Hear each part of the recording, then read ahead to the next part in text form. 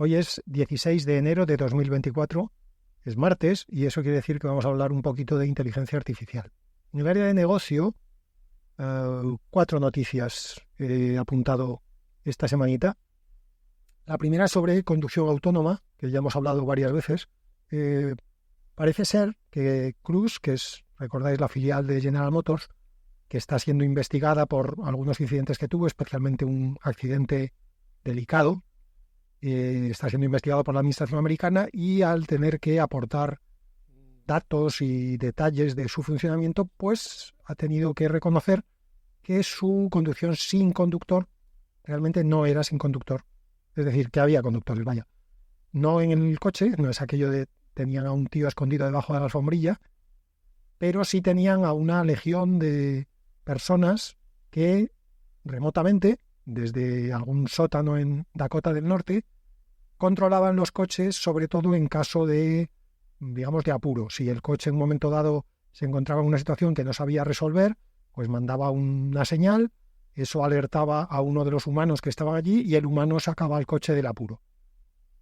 Esto, claro, por un lado, genera cierta desconfianza en si la información que Cruise ha ido generando hasta ahora era real, cierta o no, porque claro, si ya empezaron mintiendo en la característica principal del sistema, que era que no tenía conductor, pues no me quiero imaginar lo que ha podido mentir en detalles, por decirlo así, más secundarios.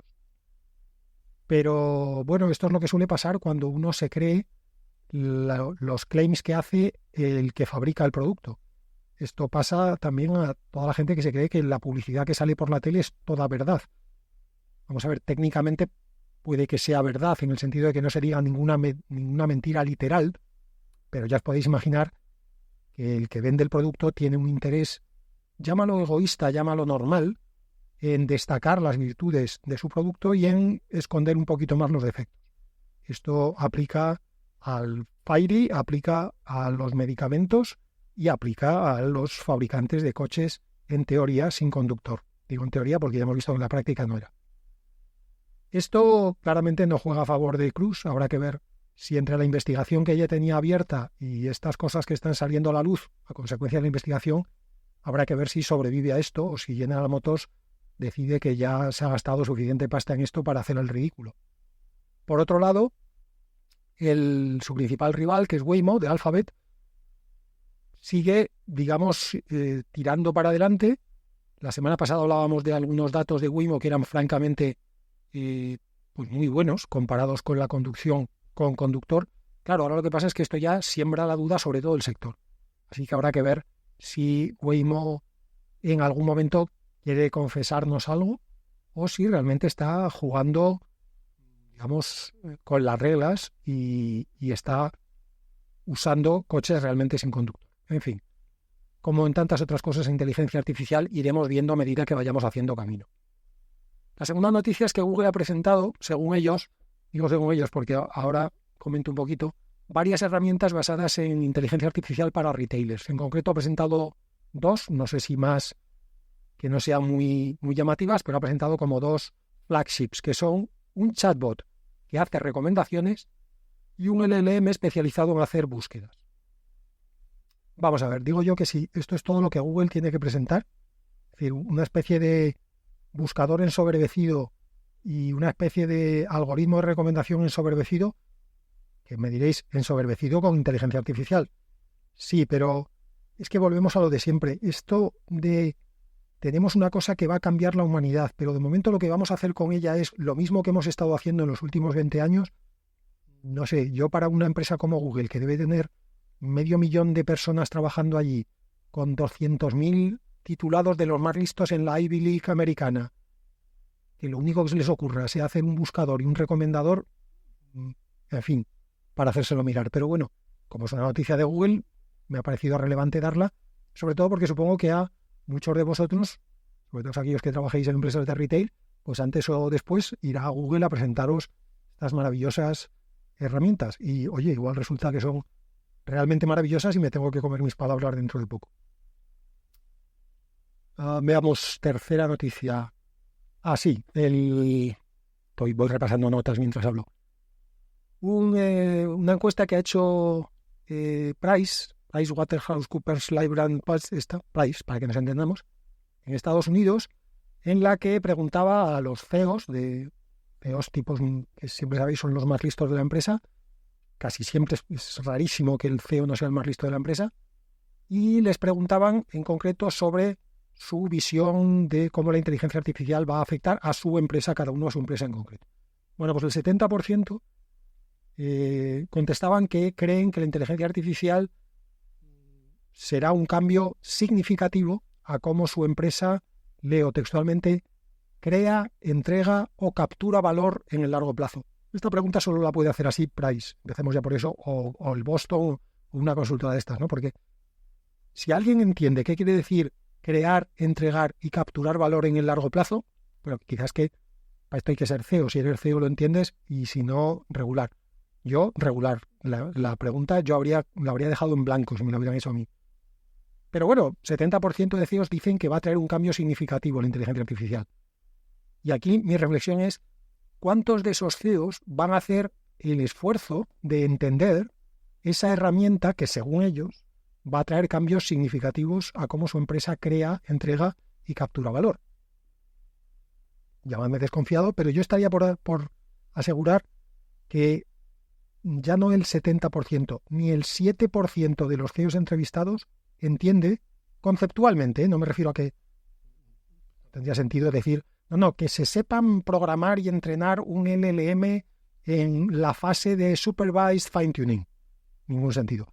Pero que entiendan conceptualmente qué es la inteligencia artificial, que entiendan conceptualmente cómo funciona un LLM, que hace y más o menos, digamos, el típico diagrama de bloques, más o menos cómo lo hace.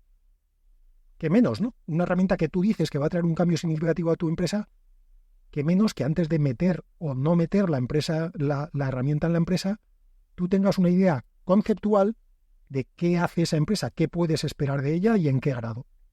Bueno, pues ya me temo yo que el 70% de estos CEOs que creen que la inteligencia artificial traerá cambios significativos a la creación, entrega, tomarán la decisión de si poner o no poner inteligencia artificial en determinados procesos de la empresa sin entender qué es la inteligencia artificial.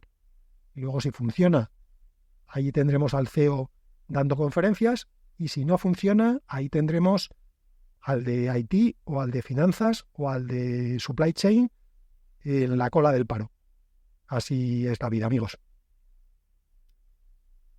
La cuarta noticia y última del área de negocios de hoy es que no puede faltar, es la noticia palanca de estas semanas. Noticia sobre la que voy a coger un palo, me voy a apoyar y voy a hacer un poquito de palanca para abrir un debate un poquito más gordo que la noticia en sí. Porque la noticia en sí es bastante tonta. Es simplemente que OpenAI, que son los de ChatGPT, ha abierto la tienda de bots de ChatGPT. La tienda de bots, para los que no hayáis leído la noticia, pues es un poquito como la tienda de aplicaciones del móvil. Es una tienda en la que tú vas a poder comprar bots especializados. Y esos bots especializados, ¿quiénes lo hacen? Los hacen pues los propios usuarios de ChatGPT. Y a lo largo de estos meses, ChatGPT abrió la API, y desde que abrió la API, pues los usuarios se han dedicado a ir haciendo pues unos tonterías, auténticas tonterías, pero otros han intentado pues ir entrenando al LLM en tareas especiales, o darle roles especiales, o afinarlo en una dirección especial. En fin, han hecho como chatbots especializados de alguna manera. Según OpenAI, tienen ya 3 millones de chatbots creados o generados por los usuarios. Teniendo en cuenta que esto se abrió en noviembre, pues ya veis el ritmo al que vamos. Estamos hablando de que en 3 meses se han generado 3 millones de chatbots especializados de alguna manera. Entonces, la idea de OpenAI es crear una tienda donde todos esos usuarios puedan vender sus chatbots. OpenAI ha anunciado que inicialmente los chatbots van a ser gratuitos, pero que nadie se ponga nervioso, sobre todo los creadores de los chatbots, porque tienen planeado tener un sistema de revenue sharing para cuando, digamos, la tienda ya haya arrancado y los usuarios ya hayan empezado a usar los bots y se hayan aficionado. Típico rollo de siempre, haces el trial gratis y cuando la gente se ha aficionado, el repeat, pasas la cesta y haces caja. Bien, por lo que hago palanca sobre esta noticia, De hecho, hago como una doble palanca. Por un lado, esta noticia trae una pregunta, y es si esto supondrá, el hecho de que haya una tienda de chatbots, si esto supondrá el cierre de todas las empresas que han surgido en los últimos meses como setas, que lo que hacían justamente era ofrecer algún tipo de tarea especializada basada en ChatGPT.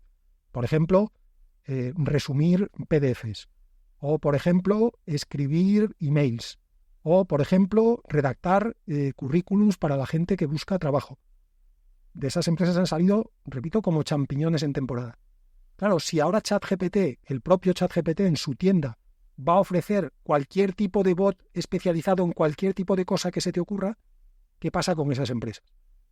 Esta es una reflexión que nos llevaría a otro melón grande, y este lo dejo para otro día, que es si va a pasar lo que ha pasado por otro lado muchas veces en la historia, que es, se decía ya desde los tiempos en los que se creó Unix, que se creó una empresa para cada instrucción de Unix, porque claro, Unix es tan potente que a un usuario normal usar Unix se le hace bola, y se creó una empresa, es una manera de hablar, entendámonos, pero la idea es cada cosa que hacía Unix por separado, alguien la cogió, le puso un interface más amable, le puso un plan comercial detrás, la dio a conocer, la vendió, le dio soporte y montó una empresa alrededor de ello. Entonces, ¿va a pasar eso mismo con ChatGPT? O, por el contrario, lo que vamos a ver es cómo OpenAI centraliza todas las cosas que tengan que ver con ChatGPT, y esto se convierte en una especie de monolito gigantesco en el que no hay sitio para nadie que no esté dentro de OpenAI. Pero esto, como digo, es un melón para otro día. El melón que quiero abrir hoy es la segunda implicación que viene al hilo de la noticia de la tienda de ChatGPT, de la tienda de chatbots. Porque resulta que esta semana he leído también un par de articulitos, uno de un pollo que se llama, tengo apuntado por aquí, Rodney Brooks, que fue director del Laboratorio de Inteligencia Artificial y Computación del MIT, o sea que algo sabe del tema, y leí otro artículo de Cory Doctorow, que es este pollo, escritor, periodista, que está en todas las salsas, y los dos artículos, de una manera o de otra, apuntaban en la misma dirección, que es que la inteligencia artificial es una burbuja. Cory Doctorow era, de hecho, bastante pesimista sobre la burbuja en sí, porque él decía que cree que esta es una burbuja de la que cuando explote no quedará nada. Él la comparaba a la burbuja de las criptomonedas, y en contraposición a otras burbujas de las que sí que quedó algo, ¿no? Él habla, por ejemplo, de las burbujas que hubo en su momento en Internet. La primera burbuja de Internet, pues sí explotó, pero bueno, por debajo quedó el caldo de cultivo sobre el que se acabó construyendo todo lo que hoy hacemos con Internet, que es básicamente toda nuestra vida. Luego, es verdad que en aquel momento nos emocionamos demasiado rápido, creímos que esto iba a ir mucho más rápido de lo que iba, y cuando nos dimos cuenta de que nos habíamos pasado de frenada, se hundió y tuvimos que volver, por decirlo así, a empezar desde el principio, pero con una base que quedaba de esa burbuja. Cory Doctorow cree que con la inteligencia artificial ni siquiera va a quedar una base para hacer lo siguiente. Y él lo argumenta diciendo, entre otras cosas, que la inteligencia artificial es demasiado cara para que tenga sentido usarla en tareas de poco valor añadido, por ejemplo, para que los adolescentes se dediquen a crearse avatares molones, o a trucar fotos, o a quitar el fondo de la foto de vacaciones en la que le salió un tío muy feo que no nos gusta. Entonces, para eso es muy cara, y para las cosas de mucho valor añadido es demasiado fallona, por decirlo así. Y se equivoca todavía mucho, entendedme, en tareas tipo, pues no sé, tareas, por ejemplo, de diagnóstico médico, pues claro, allí los errores se pagan muy caro, con lo cual, aunque tengas una tasa de error muy pequeña, es una tasa de error inaceptable muchas veces, por pequeña que sea. Mi reflexión sobre esta postura de Cory Doctorow y sobre la del Rodney Brooks, que iba, como digo, en la misma dirección, aunque no exactamente con el término burbuja y tal, mi reflexión es que creo que estamos cayendo en los errores en los que caemos una y otra vez, cada vez que aparece un nuevo boom, una nueva revolución en los negocios. La primera es no asumir que se va a crear una burbuja. Pues claro que se va a crear una burbuja. Los inversores no quieren perderse ninguna ocasión. Por otro lado, los inversores son inversores, es decir, son tipos normalmente con un altísimo conocimiento de la economía, de las finanzas, de los mercados, de las divisas, pero no del producto en el que invierten. O sea, un inversor, a ver, igual que antes decía con los CEOs, un inversor no tiene por qué entender muy bien qué es la inteligencia artificial, ni cómo funciona, ni hasta qué punto es escalable o no lo es. Un inversor se hace una película muy general del negocio en el que está invirtiendo y a partir de ahí toma la decisión de empezar a invertir. Y luego hay mucha presión de grupo. Si unos inversores especialmente relevantes apuestan por un mercado, la mayoría de los demás van detrás. Con lo cual, que se genere una burbuja es normal. Si la pregunta es si estamos en una burbuja, la respuesta es sí, seguro, siempre. Siempre que aparece una nueva gran tecnología, se crea una burbuja. Ahora, sobre que de la burbuja no vaya a quedar nada, ahí es donde yo no estoy de acuerdo con estos dos, con Cory Doctorow y con Rottenblum. Porque cuando decimos, por ejemplo, que es muy cara, claro, estamos diciendo que es muy cara ahora, pero este es un error que ya hemos cometido con otras tecnologías. Recordad, los que tengáis ciertos años, cuánto costaba una televisión en color cuando empezaron a salir.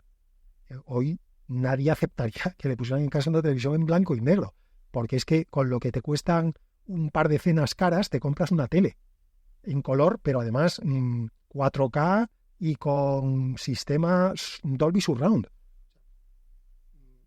Una cosa sea cara al principio es normal, es lo que ha pasado siempre. Pensad lo que pasaba con los ordenadores en los años 90. ¿Cuánto costaba un ordenador, un 486?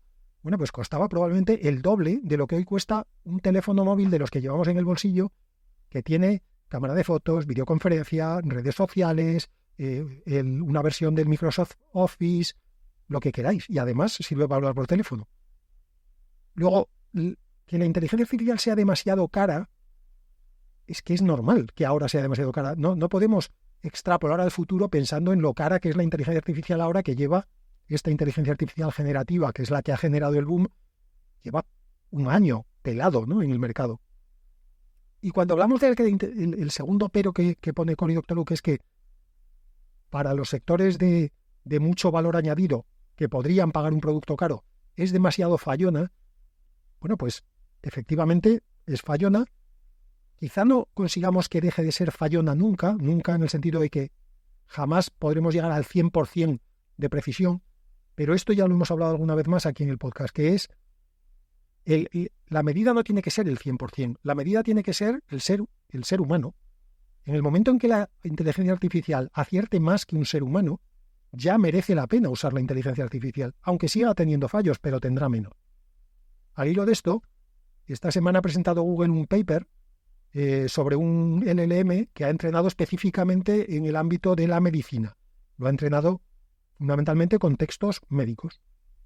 Y hizo un experimento que fue poner a competir a 20 médicos en equipos de 2, o sea, 10 equipos de 2 médicos que iban rotando en función del caso. Los puso a competir contra este LLM. Y a los dos, al LLM por un lado y a los equipos de médicos, les planteó 302 casos reales de enfermedades raras.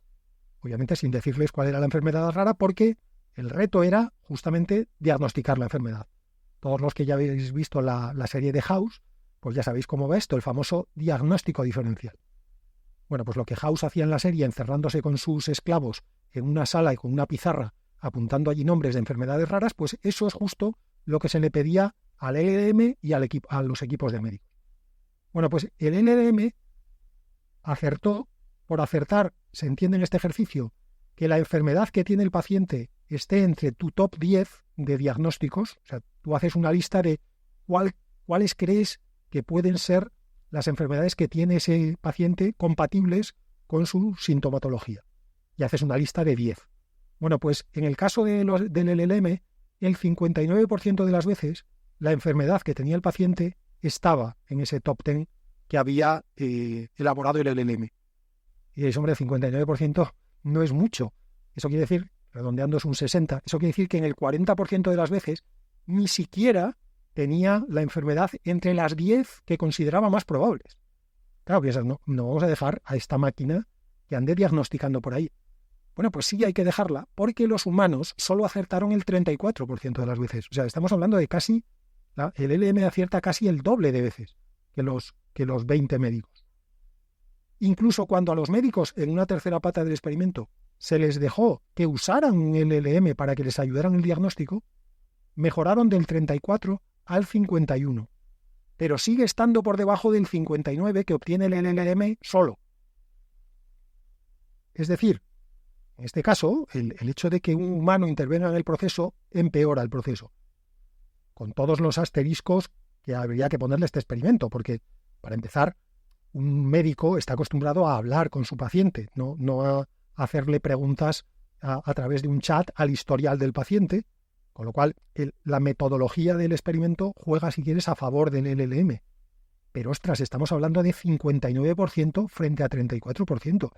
Yo, así a bote pronto, si mañana tuviera una enfermedad rara, que no me supiera diagnosticar el médico de a pie, yo casi preferiría que me intentara diagnosticar el LLM sabiendo que solo, entre comillas, acierta un 59% de las veces, antes de que me diagnostique un equipo de médicos que va a acertar el 34%.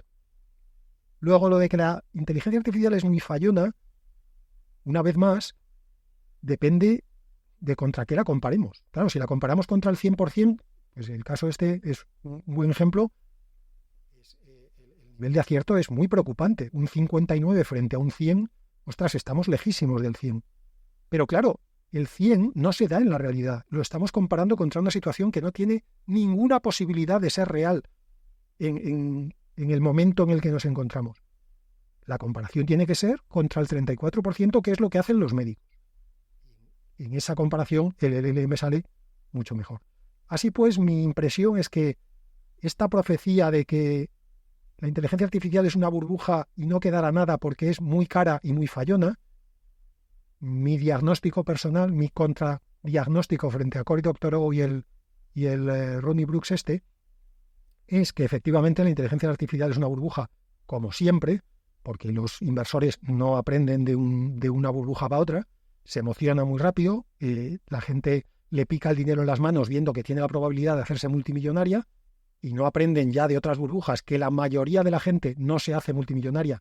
No solo eso, sino que acaba perdiendo su dinero y solo unos pocos se hacen multimillonarios. Pero bueno, que haya una burbuja es normal y mi sensación es que cuando la burbuja explote no estaremos en la situación de que no quedará nada. Yo creo que quedará algo. No lo que estamos pensando ahora que va a quedar, que es básicamente el caos, el apocalipsis y todos hibernados en cámaras mientras la inteligencia artificial gobierna nuestros sueños como en Matrix. No quedará eso, pero yo creo que sí que quedará algo porque la inteligencia artificial se hará menos cara y se hará menos fallona siempre que la referencia sea lo fallones que somos los seres humanos y no la perfección.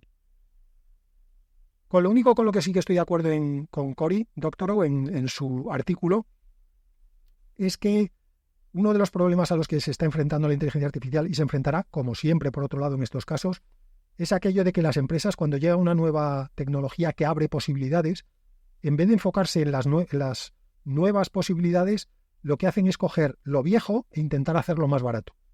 Y claro, ahí sí que hay un problema, porque la inteligencia artificial a día de hoy es cara. Entonces, claro, usar algo caro para abaratar costes, pues va a hacer que la mayoría de las empresas no quieran entrar de momento en la inteligencia artificial. Pero una vez más, es un problema de esto, de la inteligencia artificial y de cualquier cosa. Las empresas siempre, la primera idea que siempre sale en una empresa para mejorar la rentabilidad es bajar los costes, y si para bajar los costes hay que invertir, ahí ya entra el miedo a ver si vamos a invertir más de lo que nos vamos a ahorrar. Ese es un problema inevitable y ahí sí que estoy de acuerdo con Cory Doctorow, que eso va a ser un freno para la inteligencia artificial, como lo ha sido para todas las tecnologías y revoluciones en general que ha habido a lo largo de la historia.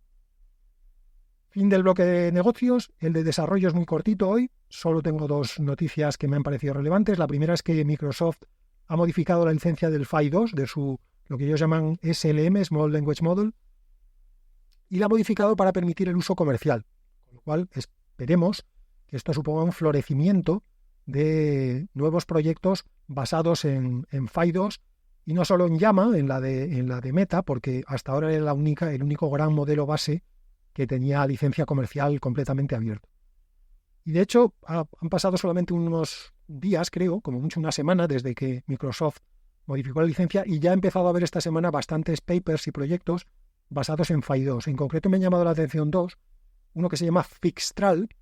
Recordaréis que había una variante de Mistral que se llamaba Mixtral porque utilizaba el Mixture of Experts en lugar del Transformer clásico. Bueno, pues Fixtral es un modelo que hace uso del Mixture of Experts, pero usando Phi2 en vez de Mistral como base, que Mistral a su vez utilizaba Llama. Y el otro que me llama la atención es JavaPhi, que es un asistente multimodal, un asistente que admite entrada y salida no solo de texto, sino de texto, imágenes, sonido, vídeo, etcétera, lo que se te ocurra. Interesante. Y la segunda noticia de desarrollo es que he visto también varios papers en los que se están haciendo pruebas para escalar los LLMs en lugar de aumentando los parámetros de un único LLM, combinar varios SLMs, coger modelos más pequeñitos, usar varios modelos a la vez y combinarlos para ver si escalan mejor, sobre todo de una manera más barata en recursos, que simplemente coger los mega modelos que ya tenemos y seguir aumentándoles el tamaño. Y hoy no tengo ninguna pildorita, no ha habido así nada pequeñito, picadito que me parezca interesante, con lo cual hemos hablado de negocios, hemos hablado de desarrollo y con esto estoy repasando rápidamente, no tengo nada más, así que hasta el martes que viene.